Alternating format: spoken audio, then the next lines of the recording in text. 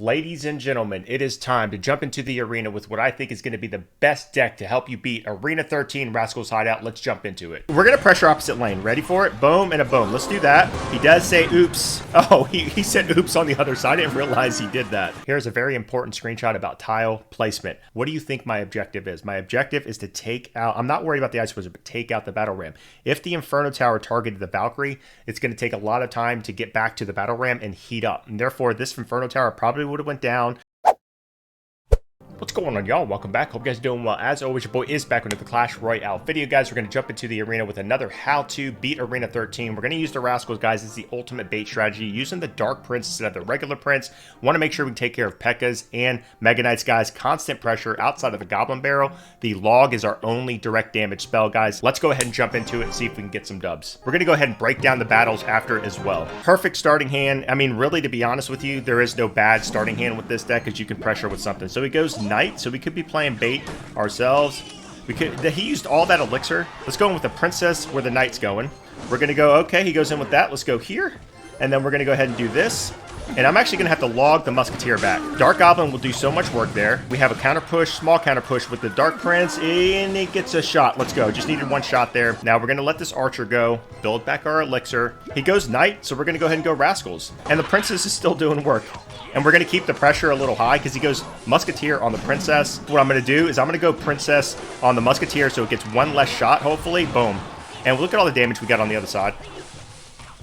Easy. Now we're going to let this go. Princess is on the map. He's going to have to answer. He answers it with a 4 Elixir Inferno Dragon. So we're going to go Dark Goblin. Simple. It's going to counter push. He goes Archers. He gets desperate here. I'm not even worried about that. Actually, I'm going to go ahead and go in with the Barrel now, too. He goes Knight. The pressure, guys. The pressure is relentless. Now we're going to go ahead and use the Dark Prince on the Knight. Now, this is where an overcommitment can happen. Don't run the... See, that's why. Don't run the Skeleton Barrel. I would have been down Elixir, and it would have been really hard to probably take care of that Musketeer if I didn't take her down, right? So I do have to go in with this. And guys, we haven't even used the Inferno Tower at all. That's because we're not facing a real tank. Now, with this, I am going to go in. We're going to let this all go. Now I'm going to stop and reset.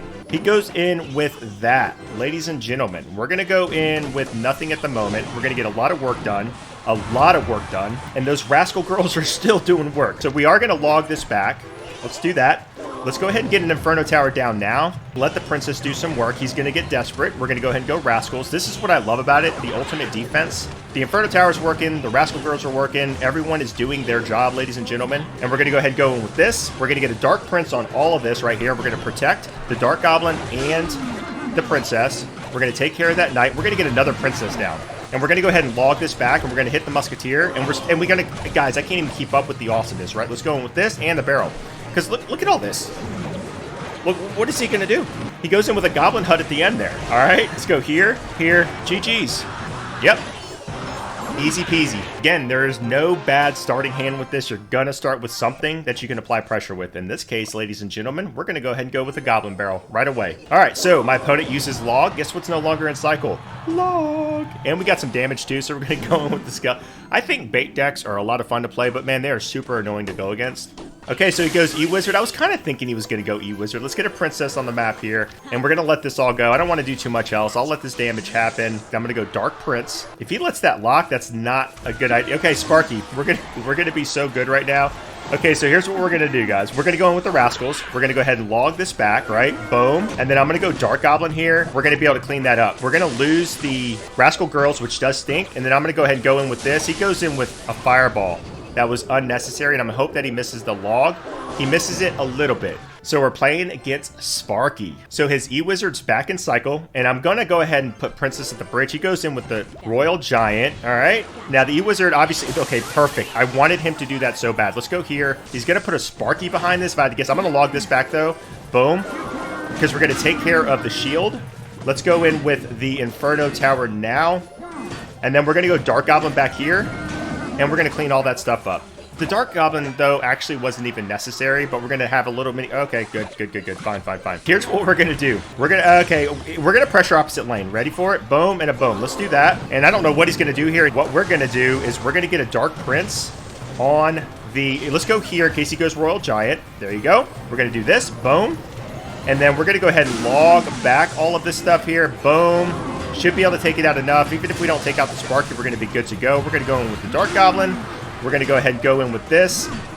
And he's got, okay, he's got to go log, right? He's got, okay, he goes in with that. So we're going to get pressure here with the princess. And I'm going to go in again. He's back to, okay, so he uses his log. Perfect, right? So we'll let this all happen. And he's got to use his E-Wizard. And that's the thing I love about Skeleton Barrel is because you get impact damage, right? And that's fine. We're going to go in with the Dark Prince. Look at all the damage we're getting. He goes in with the Sparky. Fine. Let's do this. He's going to log, right? He should log that. He didn't log it. He did not log it. We're going to take that tower. That was a mistake by my man. Maybe it wasn't in cycle, but it doesn't matter because this is a log bait, spell bait type of deck. Man, now this is tough because I don't even know what to start off with. Let's go Dark Goblin. Let's do that. Yep, good luck to you too. And that's the thing about Dark Goblin. Okay, I'm sorry. It's not funny, but it's funny. Let's go ahead and go in with the Princess here. I didn't want to use Rascals yet. And I'm going to keep the pressure a little bit high. Take out the E-Wizard. Please don't get... Okay, whew. That was almost too early, but we're good. So again, impact damage. Okay, he goes Valkyrie, but we still get... Even a Larry gets shot off. Now I will go in with the Rascals. So he goes in with that. So I'm going to go a little bit high here with this. And we're going to pull the Battle Ram and target the Battle Ram. We're going to take care of the Valkyrie. And then the Ice Wizard I'm not worried about. And the Rascal Boys get a tank. And the Rascal Girls are going to do their job. And then we're going to go ahead and keep the pressure high, right? The Ice Wizard, I guess, is a little annoying. I wanted the Rascal Boy to cross. It's all good, though. We're going to get some damage there as well. So what we have to do is go Dark Prince. And I'm going to go ahead and log this back. Boom. Just so that the E-Wizard doesn't get as much value. And it's kind of a reset there, right? But he's going to get some shots off here. And I think I'm going to be okay with that. I'm going to go Dark Goblin, actually, again. So let's go ahead and do that now. Okay, the Dark Goblin is going to take out the Skeleton Barrel, which is actually good for us. He goes in with that. We have to go in with the Rascals here. Actually, we're going to be fine. I'm not doing anything else here. That's fine, too, as well. And then what we're going to do is we're going to go in with this and a Princess. The Fireball was an overcommitment by him. We should get a lot of work done. And that's not going to reset the Princess, so I'm loving it. What I'll do once again... Actually, you know what? I'm not going to... I do have to go Dark Prince here. That's why I'm not going to log. Okay, because I knew he would be able to do that. I'm going to have to log this right here. Let's do it now with a boom. He does say, oops. We're going to go in with our own barrel. Oh, he said oops on the other side. I didn't realize he did that. Let's go in with a Goblin Barrel here in the back, right? It's like a double drop there, right? At different times. We're going to get that tower, I think. Let's go, ladies and gentlemen. Let's go a little bit higher with this. He's going to go in with his Battle Ram. Perfect. Let's go here. And I do have to log it back once again. And I had to stay out of the range of the E-Wizard. That was very, very important. Let's go Dark Prince on this. Got to worry about... Oh, Mini P.E.K.K.A. Okay. All right, all right. I might have to... Actually, the Inferno Tower is still on the map. So let's go in with the Dark Goblin here. And I got to go in with the Rascals right now. Come on out. Okay, that was super close. I was debating whether or not to drop the Goblin Barrel on the Mini P.E.K.K.A., which actually may have been the smarter play. Let's go, GG's, and peace out. Here is the deck one more time, guys. Go ahead and stay tuned. We're going to go break it down. First example of how not to overcommit and not over-defend. I only had a Skeleton Barrel that I dropped. That was it. He dropped the Knight in the back, so we kind of did that in parallel, but then he drops a Musketeer and the Spear Goblins. All right, that is 6 Elixir. Obviously, he had the 3 Elixir and the Knight too, just for a 3 Elixir Skeleton Barrel. That is not the way to play. Piggybacking that screenshot, he has that little counter push with the Musketeer and the Spear Goblins. He had the Knight that was marching down. Then he drops an Inferno Dragon. I have a Princess here on the map. I drop a Dark Prince to basically take the distraction of all of these units, and then I get a Dark Goblin down. But it also lets me know every single card in his deck just about, guys. Don't play that way, all right? Too aggressive, over-defending is not going to help you win battles. This is more about a positive Elixir trade. He was still being super aggressive, dropped Knight at the bridge to try to protect the archers. But look, he had to drop a Musketeer on this annoying Princess I dropped back here. So that's a 4 for a 3 trade. Those are the type of things you are looking for in battle. After he took out my Princess with the Musketeer, I'm obviously keeping an eye on this. It is a concern. She'll do a lot of damage, but look at this counter push, right? All he has, Elixir-wise, look, basically none, is Spear Goblins. We're going to get impact damage from the Skeleton Barrel, but these Rascal Girls are going to do so much work. Know when to take damage and don't over-defend. There's an obvious E-Wizard on my tower. I only have a Princess along with the Arena Tower help take it out. I could have dropped a Dark Prince, and most of you might do that. To me, that is where you don't want to make that play. You want to save that 4 Elixir, just absorb the damage. It's not going to be that much, and try to build up that push. Sparky is feared inside of the arena, but notice how I used the log to reset the Sparky. I knew that the Rascals and the girls being clumped up, eventually making it out to this point, the Sparky would take them out. But the whole point was to make sure I was able to take care of this and then reset the Sparky by pushing it back so it wouldn't get that blast, and especially the fact that it's all coupled here with the Arena Tower, because the Sparky blast would have hit everything. So I wanted to reset there. I knew I was going to lose the Rascals and the girls, and I was going to go ahead and get a Dark Goblin to take out the Sparky. Another point of a positive Elixir trade, and also keeping conscious of my opponent's cycle and their defenses. princes. I know he has E-Wizard, and I know that I have an Inferno Tower I want to use on the Royal Giant. My point was to bait out that E-Wizard as I did, but not only that, get some chip with the princess and make him use that 4 elixir card on my 3 elixir princess. Once again, leveraging the log. I really want to emphasize this. I don't know if you guys are doing it enough.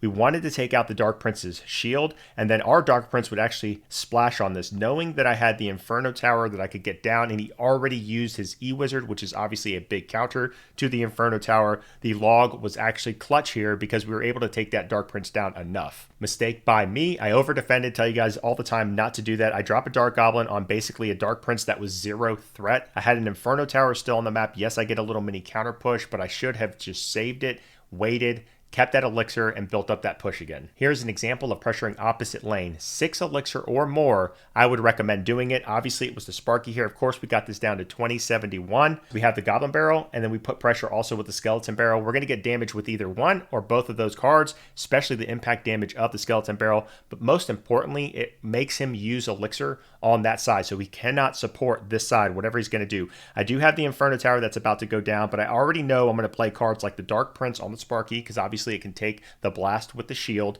and we would be able to get either another Inferno Tower down should he decide to put a Royal Giant on the map. But again, he's not going to be able to do it if he has to defend this side, guys. Here's a very important screenshot about tile placement. I only have the Rascals and I have the Inferno Tower, but notice where it is. He has an Ice Wizard and he has the Valkyrie and he has the Battle Ram. My objective is to take out, I'm not worried about the Ice Wizard, but take out the Battle Ram. If the Inferno Tower targeted the Valkyrie, it's going to take a lot of time to get back to the Battle Ram and heat up. And therefore, this Inferno Tower probably would have went down.